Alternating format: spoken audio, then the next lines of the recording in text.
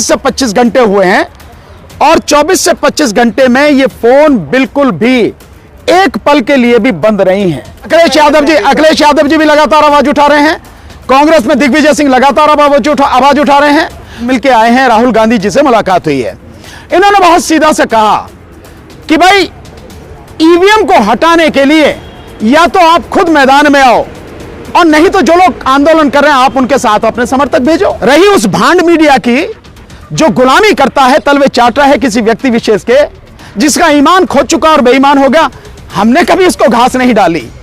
हम चाहे खत्म कर दिए जाएं, हमें मालूम है सरकार के पास बड़ी बड़ी तोपें हैं, बड़े बड़े तमंचे हैं, राइफलें हैं, बंदूक हैं, गोला बारूद है, हमें एक झटके में उड़ा देगी।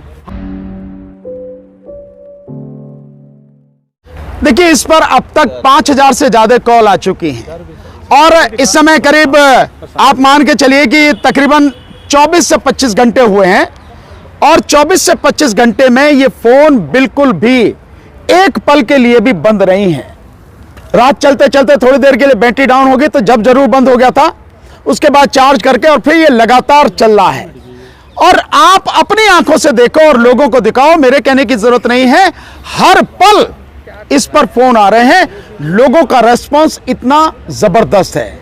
और ये जो मोबाइल फोन है, ये जो नंबर है, ये अब इस आंदोलन में जब तक चलता रहेगा, लोगों से अनुरोध है कि इस नंबर पर जो 9667222062 ये जो नंबर है मिस कॉल का, लगातार इस पर मिस कॉल करें ताकि देश की जनता भी जान ले, इलेक्शन कमीशन भी जान ले, इस देश की सुप्रीम कोर्ट भी जान ले, तमाम संस्थाएं जान लें कि कितनी बड़ी संख्या में लोग ईवीएम से चुनाव नहीं चाहते। आप अपनी आंखों से देखिए, मेरे कहने की बात नहीं है, ये स्थिति है। सर, डिजिटल समर्थन तो मिल गया है आपको, लगातार फोन आ रहे हैं, लेकिन जमीन पर कितना समर्थन है? क्योंकि उसी के बाद चीजें हो पाएंगी अगर कुछ बदलाव हो। जमीन पर समर्थन आपको अपनी आंखों से दिखेगा, बस ज्यादा से ज्यादा आप 10 दिन इंतजार कीजिए, आपको सबसे ज्यादा समर्थन जो जमीन पर दिखेगा अपनी आंखों से आप रिकॉर्ड कीजिए। जो 25 तारीख को हमने कहा है कि 25 तारीख को 17 तारीख से सिग्नेचर कराने शुरू करेंगे, जो हमारा ज्ञापन हम राष्ट्रपति को देंगे, भिन्न भिन्न जो जिले हैं प्रदेशों के, उन जिलों के माध्यम से, जिला कलेक्टर के माध्यम से जो ज्ञापन राष्ट्रपति महोदया को जाएगा, उस दिन 17 से सिग्नेचर्स पे शुरू होंगे, 25 को वो ज्ञापन देंगे। आप अपनी आंखों से पूरे देश में जो जन समर्थन देखिए और इसके बाद जो जन समर्थन है वो आप अपनी आंखों से देखिए, जब हम लोग बाकायदा रथ यात्रा लेकर निकलेंगे और हर प्रदेश में बड़ी बड़ी रैलियां करेंगे। अपनी आंखों से देखना, आप रिकॉर्ड करना, आप सब मेरी तरफ से आमंत्रित हैं। आप और आपके अलावा जितने भी सोशल मीडिया के साथी इस देश भर में हैं, सभी को मैं आमंत्रित करता हूं, अपनी आंखों से देखो और इस देश के इलेक्शन कमीशन को दिखाओ, इस देश के सुप्रीम कोर्ट को दिखाओ और इस देश की जनता को दिखाओ कि जनता कितनी बड़ी संख्या में ईवीएम के खिलाफ सड़क पर उतर चुकी है। अभी आप प्रेस कॉन्फ्रेंस में कह रहे थे कि 3 मतलब जो चुनाव नहीं होने देंगे ईवीएम से, तो कैसा लग रहा था कहीं ना कहीं आप धमकी दे रहे चुनाव आयोग को? नहीं, धमकी नहीं है, हमारी सलाह है। इस देश की जनता नहीं चाहती कि ईवीएम से चुनाव हो और हम देश की जनता की आवाज के साथ में खड़े हैं, जनता के साथ में खड़े हैं। और अगर जबरदस्ती ये चुनाव किया गया तो मैं कह रहा हूं आपको, इस देश की जनता इस बार ईवीएम से चुनाव नहीं होने देगी। आप इसे धमकी मानो, इलेक्शन कमीशन इसे धमकी माने, इसको सलाह माने, हमारा आग्रह माने, हमारा निवेदन माने, जिसको जो मानना है, जो शब्द देना है वो दे, लेकिन यह निश्चित है कि इस बार इलेक्शन केवल और केवल बैलेट पेपर से होगा। 2024 का जो लोकसभा चुनाव है ईवीएम से नहीं होगा। क्या लोकसभा चुनाव जो होने को है उसमें थोड़ा ही वक्त बाकी है, इसके बीच में क्या ईवीएम बैन हो जा? क्यों नहीं हो सकती है, क्यों नहीं हो सकती? ईवीएम की मशीन है, बंद पड़ी रहने दो उसमें, जिसमें पड़ी है। बैलेट पेपर तो 10 दिन में छप जाता है भाई, ये थोड़ी है कि उसके लिए बैलेट पेपर के लिए कोई मशीन बनानी है, कुछ नहीं, रातों रात काम होते हैं। इलेक्शन के जो काम होते हैं बहुत वार स्केल पर होते हैं, रातों रात काम होते हैं। इतनी बड़ी बड़ी फैक्ट्रियां हैं, कंपनियां हैं, किस चीज की कमी है इस देश में? किसी चीज की कमी नहीं है, सब कुछ हो सकता है। आप तो इतने समय से आवाज उठा ही रहे हैं, इतने समय से अगर कुछ नहीं हुआ तो इतने कम महीनों में कैसे कुछ? ऐसा कुछ नहीं है कि इतने समय से आवाज उठा रहे हैं तब नहीं हुआ और अब कुछ नहीं हो सकता। इतना समझे आप, जब हमने 2019 में आवाज उठानी शुरू करी थी 30 मई 2019 को, उसके बाद से लेके अब क्या आपको जमीन आसमान का अंतर नजर नहीं आ रहा? जब बड़ी मुश्किल से 100 में से 2-4 लोग होते थे जो बात ईवीएम की करते थे कि हाँ ईवीएम में गड़बड़ी है, पॉलिटिकल पार्टियां भी उस बात को कभी करती नहीं थी। आज तो पॉलिटिकल पार्टियां भी लगातार उठा रही हैं। अखिलेश यादव जी भी लगातार आवाज उठा रहे हैं, कांग्रेस में दिग्विजय सिंह लगातार आवाज उठा रहे हैं। सो ये सारी की सारी चीजें अब होने लगी हैं और जनता का समर्थन, जनता जिस तरह से आवाज उठा रही है वो आपकी कल्पना के बाहर है। मैं कह रहा हूं अभी थोड़ा सा रुक जाइए, अपनी आंखों से देखिए आप। जो बैठे थे आपके साथ वो राहुल गांधी से मुलाकात के बारे में बता रहे थे, क्या उसका क्या रिजल्ट रहा? देखिए, उन्होंने ये कहा, जस्टिस वी ईश्वरैया जी और जस्टिस वीरेंद्र यादव साहब, कोल से पाटिल साहब, ये लोग मिलके आए हैं, राहुल गांधी जी से मुलाकात हुई है। इन्होंने बहुत सीधा से कहा कि भाई ईवीएम को हटाने के लिए या तो आप खुद मैदान में आओ और नहीं तो जो लोग आंदोलन कर रहे हैं आप उनके साथ अपने समर्थक भेजो, कुछ तो आपको करना पड़ेगा। और अगर ईवीएम से चुनाव इस बार हो गया तो आपके पास बचेगा नहीं कुछ भी। इन्होंने बहुत स्पष्ट रूप से राहुल गांधी जी से कहा है। अब वो क्या जवाब देते हैं ये उनके ऊपर देखा जाएगा, जो जवाब देते हैं। सर, क्या लग रहा है सर, राहुल आपके सवाल हो चुके, आप इनको पूछने। सर, आप पर और आपके साथ जितने भी एडवोकेट इस ईवीएम के मुहिम को आगे बढ़ा रहे हैं, उन पर आरोप लग रहा है कि ये मीडिया का अटेंशन पाने के लिए कर रहे हैं और इनको केस वगैरह नहीं मिलता है, इसलिए मीडिया का अटेंशन पाने के लिए कर रहे हैं। आपको हमने कहा कि आप हमारी तरफ अट्रैक्ट हो, अब बताओ, आप बताओ ना, बताओ, सारे के सारे मीडिया आपका जवाब हो जाएगा। मैंने कहा कि मुझे अटेंशन दो, आप क्या महमूद पराचा ने कहा कि उसकी तो अटेंशन दो, क्या कहा? कुछ नहीं। हम जो कह रहे हैं आपको लग रहा है कि यह सच है और यह सच जनता के बीच में जाना चाहिए, आप दिखा रहे हो। रही उस भांड मीडिया की जो गुलामी करता है, तलवे चाट रहा है किसी व्यक्ति विशेष के, जिसका ईमान खो चुका और बेईमान हो गया, हमने कभी उसको घास नहीं डाली, हम उसे अपने आसपास में नहीं फटकने देते, कभी बाइट नहीं देते उसको। मैंने आज से कभी उनको बाइट नहीं दी और ना ही दूंगा उनको। तो हमें किसकी अटेंशन चाहिए? और आप भी को भी अगर लगता है कि अटेंशन हमारी तरफ हम खींच रहे हैं जबरदस्ती, बताओ भाई, जबरदस्ती अगर कर रहे हैं तो हम अपना काम कर रहे हैं। हमें सिर्फ एक लक्ष्य दिखता है अपना, कि हमें इस देश की जनता के साथ जो धोखा अब तक होता रहा है अब नहीं होने देंगे। हम चाहे खत्म कर दिए जाएं, हमें मालूम है सरकार के पास बड़ी बड़ी तोपें हैं, बड़े बड़े तमंचे हैं, राइफलें हैं, बंदूक हैं, गोला बारूद है, हमें एक झटके में उड़ा देगी। हम जानते हैं सरकार इतनी ताकतवर है, हम मर जाएं इसकी चिंता नहीं है।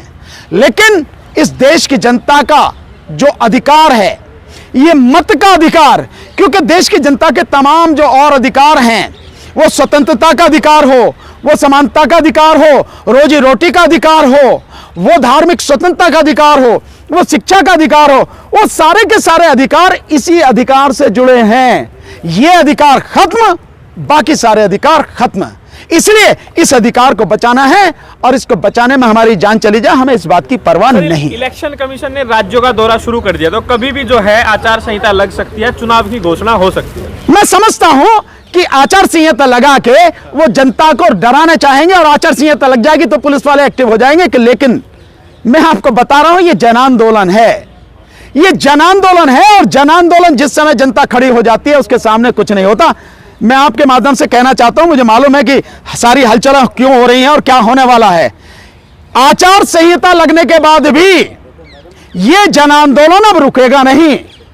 और अगर जिद पर अड़ा है इलेक्शन कमीशन और जिद पर अड़ी है सरकार और जैसे लूट मचाती रही है अब तक उसकी वोटों की, जनता की वोटों की, वो इस बार भी करना चाहती है। मैं जानता हूं वो करने की पूरी कोशिश करेंगे।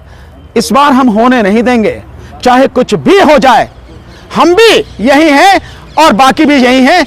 आमने सामने जो कुछ है जनता ही बता देगी। पानी प्रताप जी, आपके साथ में कुछ लोग और बैठे थे, वो दो बातें कर रहे हैं। आप कह रहे हैं ईवीएम हटाओ, वो लोग कह रहे हैं कि जो ईवीएम के अंदर, जो वीवीपैट के अंदर जो ब्लैक शीशा वो हटा दो और उसकी पर्ची लेकर दे दो, वो हम स्टैंप लगाकर दूसरे डिब्बे में डालेंगे। नहीं, दो बातें आपकी समझ से नहीं बैठ रही हैं। दो बातें नहीं है, हमारी बिल्कुल एक ही बात है। No EVM, no VVPAT, only ballot paper. कोई ईवीएम नहीं, कोई वीवीपैट नहीं, केवल बैलेट पेपर। आप जिनकी बात कर रहे हैं उन्होंने अपनी बात नहीं करी, उन्होंने दो रिपोर्टों की बात करी। एक जो citizen commission on election report VVPAT and EVM जो जस्टिस मदन बी लोकुर साहब की है, उस रिपोर्ट का जिक्र किया। और उन्होंने इंडिया गठबंधन ने जो कहा है कि पर्ची दे दो और उसे बैलेट बॉक्स में डालने दो और उसकी गिनती करो, वो उनकी बात करें, वो अपनी बात नहीं कर रहे।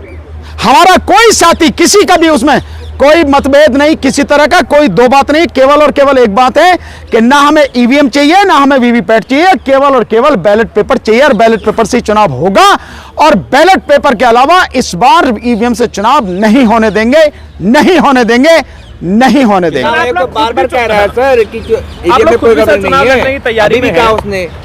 आप क्यों नहीं जाते उसके पास, चुनाव आयोग के किसके पास? चुनाव आयोग के पास? हम तो गए थे ना, गिरफ्तार करा दिया, बात खत्म हो गई। लेकिन वो तो आमंत्रित कर रहा है। कौन आमंत्रित कर रहा है? भाई तुम्हारे पास नोटा आया, मेरे पास तो नहीं आया नोटा। देख काहे की कौन इलेक्शन कमीशन है कौन? नहीं, आपके इलेक्शन कमीशन के जो है वो तो पहरेदार लग रहे हैं, या इलेक्शन कमीशन के जो आप वकील लग रहे हैं? कौन है आप? उन्होंने कहा है ना, उन्होंने कहा है तो वो होता कौन है ये कहने वाला? हम उसकी बात पर विश्वास क्यों करें? ये देश बुद्ध का देश है। अफसोस इस देश में आज की तारीख में भड़ुए और लुटेरे राज कर रहे हैं और वो ये चाहते हैं कि उनकी बात पर विश्वास कर लिया जाए। भगवान बुद्ध ने एक बात कही थी, किसी भी बात को इसलिए नहीं मान लेना कि आपके पिता कह रहे हैं, आपके माता कह रहे हैं। किसी भी बात को इसलिए भी नहीं मान लेना कि आपके गुरु कह रहे हैं, और किसी भी बात को इसलिए नहीं मान लेना कि साधु संत कह रहे हैं, और किसी भी बात को इसलिए भी नहीं मान लेना कि मैं कह रहा हूं।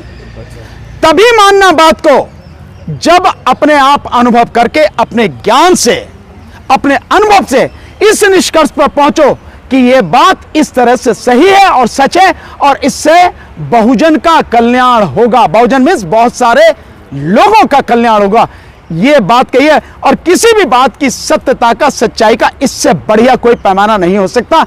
इलेक्शन कमीशन इस बात को क्यों नहीं बताता?